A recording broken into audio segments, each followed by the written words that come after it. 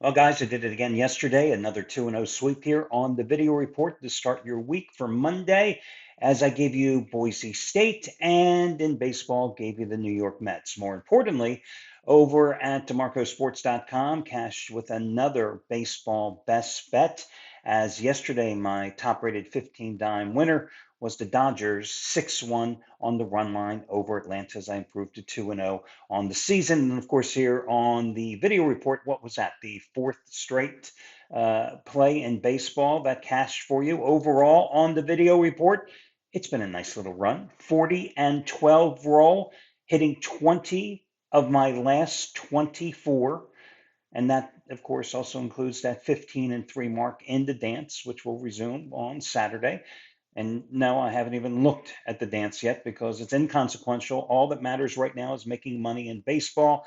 And as I've told you many, many times, it's the easiest sport to make money in. The time to do it is in the summer. So you then are playing with somebody else's money with the bankroll that you've accumulated come the start of the college football season. And I've turned that profit here in 18 of the 23 years since I created DeMarcoSports.com.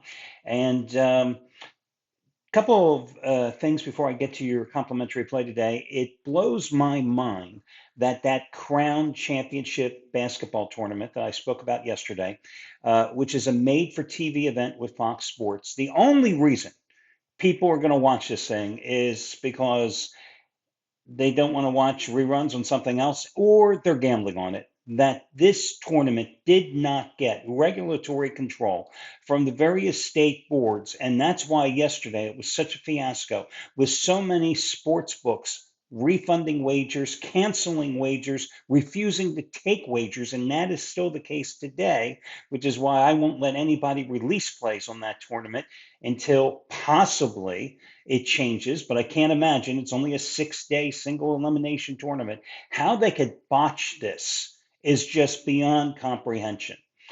The other thing, a couple of baseball things to amplify on a note that I told you previously, and just to reinforce something else I just want to pass on that you should always consider when you're handicapping baseball. I said a couple of days ago that there is no money in the opening days of the season betting ones versus ones, twos versus twos. You're always looking for mismatches in terms of pitching. Well, I had one last night with Tyler Glasnow coming back for the Dodgers, making his first start of the season.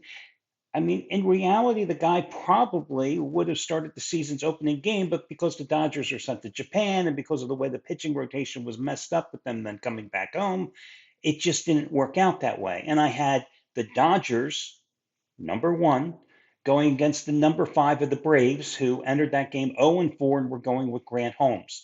Listen, Holmes was a feel good story last year, but he's still number five in the rotation.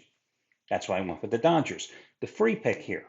The other thing that I wanted to talk about is you're always looking for pitchers that are washed up, but because of the status of pitching in the major leagues, and in reality, it's not just now. I've been doing this since the 80s, looking for pitchers that I think are washed up and are just filling a hole in a rotation, and you always want to go against them.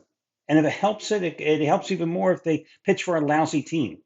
And I'm looking at you, Cal Quantrell of the Marlins, who couldn't cut it last year with the Rockies, had his last good season a couple of years back with the Guardians, and he was dreadful yesterday. And that's why I gave you a complimentary play with the Mets, who had not been hitting. And you saw they put 10 runs on the board, a lot of them against Quantrell. You got to look for those type of guys. Yes, you're going to have to play against them on the run line, but if you get a favorable price, again, and to me, that's anything under $1.35, $1.40 maybe at the max, you got to do it. And there are so many of those type of pitchers out there. So, with that being said, let's get to your complimentary play today. Now, one of those pitchers I was speaking about was a guy last year, and I'm hoping it'll be the same case this year, at least for today, is Logan Allen of Cleveland, the Guardians. Now, 2 years ago, his numbers looked okay. Okay. In 2023, he made 23 starts. He had a respectable 3.81 earned run average. But then you look at his peripheral numbers, and I looked at it and I saw 175 base runners allowed in 125.1 innings. That's a troubling number. Well, last year, that number came back and bit him in the ass. Last year in 20 starts, he had a 5.73 earned run average, and he allowed 154 base runners and 97.1 innings. Now, the fact that he had a good spring with a 1.89 ERA and 19 plus innings is inconsequential because I just think that the way to play this game tonight is to bet against him, which means I'm betting on the Padres, who are off to that great 5-0 start after taking yesterday's series opener by, I think it was a 7-2 margin, and take the Padres on the run line where I'm getting them at plus $1.25.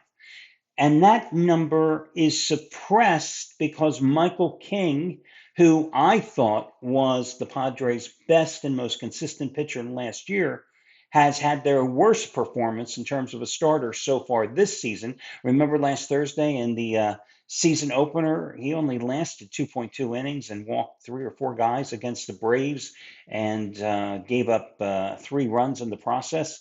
So, what a great place to back the Padres on the run line. Listen, Cleveland's going to be a good team. But again, I just think it all lines up to go against Logan Allen, to take King to rebound, and to take the Padres at plus money. So that's your complimentary play. Now, you have two NIT games here tonight, and I looked at Loyola of Chicago. This game of both of the semifinal games, of course, are being played at the famed Hinkle Fieldhouse in Indianapolis. So I looked at Loyola Chicago against Tennessee Chattanooga, two teams that have different styles of play. Tennessee Chattanooga, offensive minded, they want to push the tempo. Loyola of Chicago, a better defensive team.